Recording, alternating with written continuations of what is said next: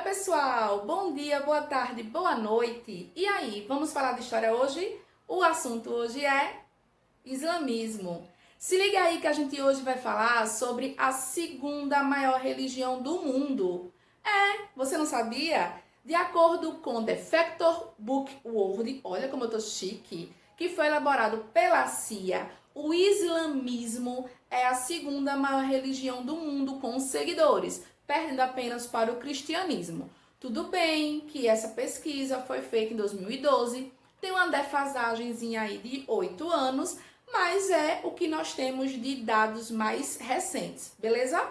Olha só, o islamismo, quase não sai, o islamismo, ele foi criado no século 7 depois de Cristo, e você sabe por quem, né? Por Maomé.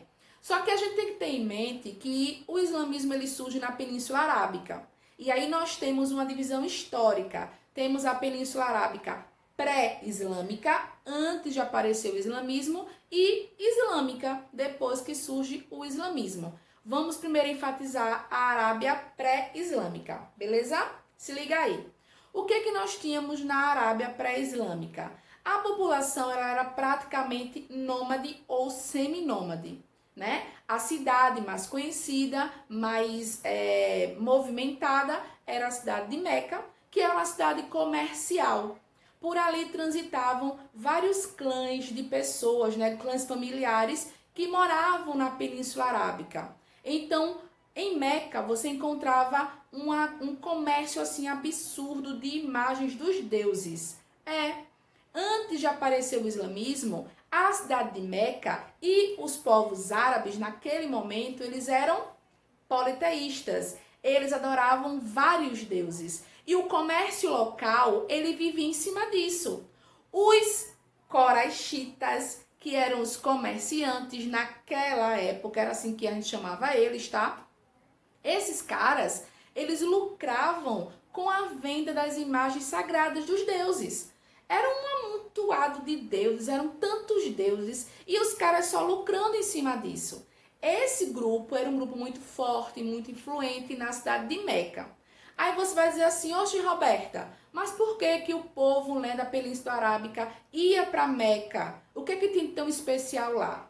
Lá em Meca ficava, e fica até hoje, né, um grande templo, na época para eles, né, era considerado um templo mais forte, mais importante até hoje, que é o templo do Kaaba, com 2 A's, tá? O Kaaba, ele é um templo muito importante, tá? Para quem vivia na Península Arábica e até hoje para quem professa o islamismo, tá?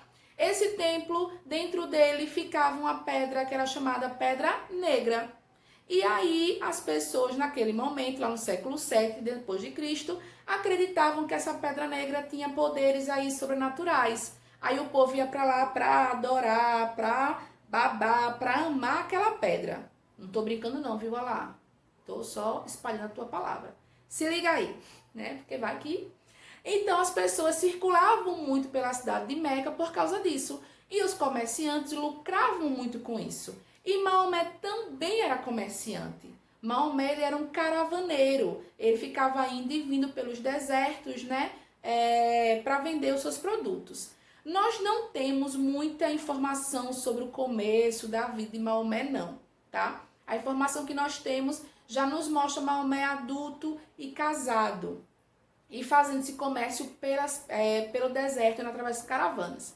O que é que nós sabemos? Que uma bela noite, Maomé estava voltando de um desses passeios comerciais, dessas viagens comerciais, e ele parou para descansar.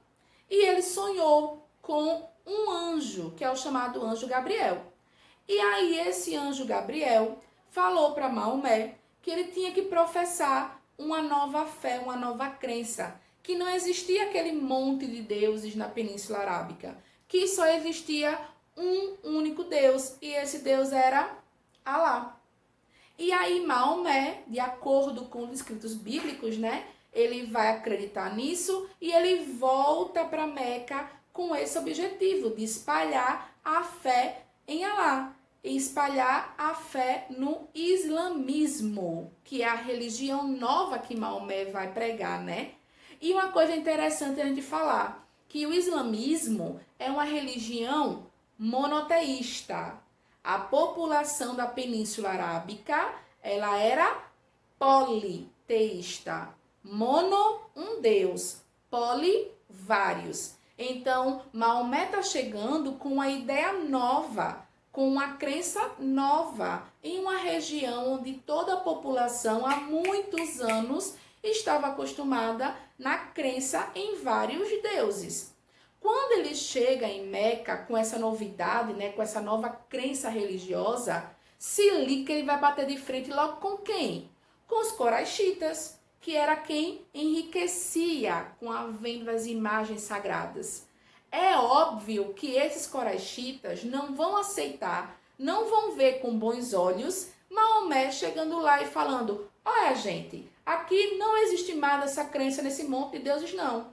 Aqui só existe agora um único Deus e esse Deus é Alá. Os coraixitas falaram: oxi, cara, e aí como é que é isso?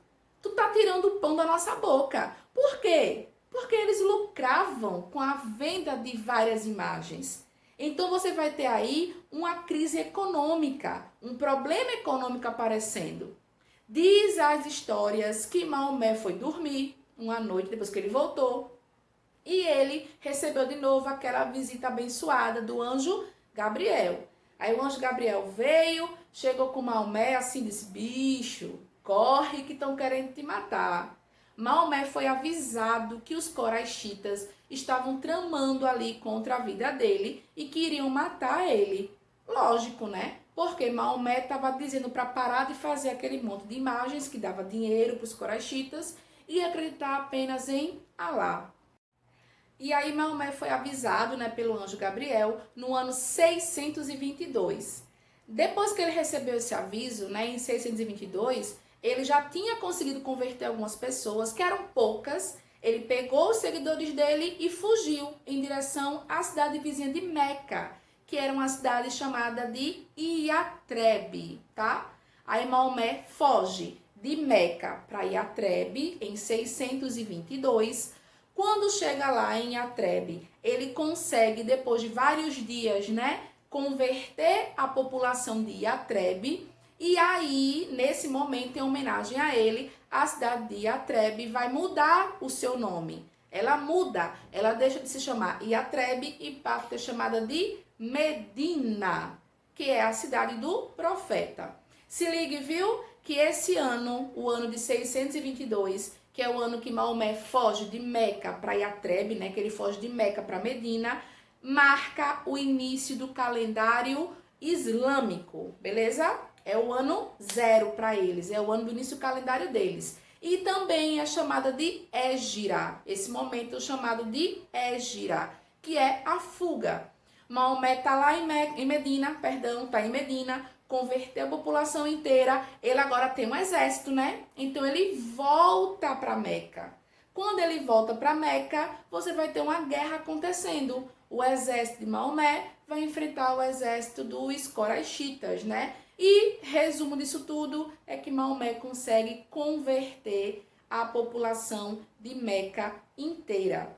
E aí você vai ter a parte da Arábia Islâmica a partir de agora. O islamismo, ele existe, o Islã, ele já existe e é uma religião que tem poderes religiosos e poderes políticos, porque quem vai administrar Meca e Medina é Maomé. Ele é líder político e líder religioso, fechou? Vamos falar um pouquinho sobre o islamismo. O islamismo, ou Islã, também tá tudo certo, ele é uma religião monoteísta. Para o islamismo, só existe um único Deus, e esse Deus é Alá. Existe apenas um profeta, e esse profeta é Maomé. E existe o livro sagrado, o nome desse livro é Corão ou Alcorão, certo? O muçulmano, que é aquele que pratica o islamismo, assim como quem pratica o catolicismo é chamado de católico, fechou? O muçulmano, ele tem algumas obrigações, tá? De acordo com o Alcorão. Na realidade, são chamados 5 pilares. São 5 coisas que todo muçulmano tem que fazer. Vou colocar aqui para vocês. A primeira delas, reconhecer Allah como seu único Deus. Beleza? Vou botar aqui senão me perco. Primeiro, reconhecer Allah como seu único Deus. Segundo, ser caridoso, dar esmola. Terceiro, ir a Meca pelo menos uma vez em vida. Se você não tiver condições enquanto está vivo para ir a Meca, não tem problema, tá? Tem gente que junta dinheiro a vida toda para quando morrer mandar o corpo para lá. Mas também, se você não tiver condições, não tem problema, tá? Quarto, orar 5 vezes em direção a Meca durante o dia. Você vai perceber que em alguns filmes que retratam a religião muçulmana, né, o islamismo, você vai ver que de vez em quando toca um sininho, aí as pessoas pegam um tapetinho, fazem assim, colocam e se ajoelham. Deixa eu lembrar aqui. Reconhecer Allah como seu único Deus, ir a Meca, rezar 5 vezes ao dia, ser caridoso e jejuar no mês do Ramadã. É o 5º pilar. O mês do Ramadã é aquele mês, lá no ano em 622, que Maomé fugiu, que ele foi de Meca para Medina. Então, para os muçulmanos, né, reconhecerem a luta de Maomé, eles vão tentar meio que reviver um pouco do seu sofrimento, ficando aí em jejum durante todo o mês do Ramadã. Olha o que eu vou botar para você agora, tá? Se liga aí. Quando Maomé morre, ele morre sem deixar herdeiros. Aí o que é que nós vamos ter? Você vai ter uma divisão dentro dos crentes, né? Dentro dos muçulmanos. E aí você vai ter 2 linhas aparecendo, que são os sunitas e os xiitas.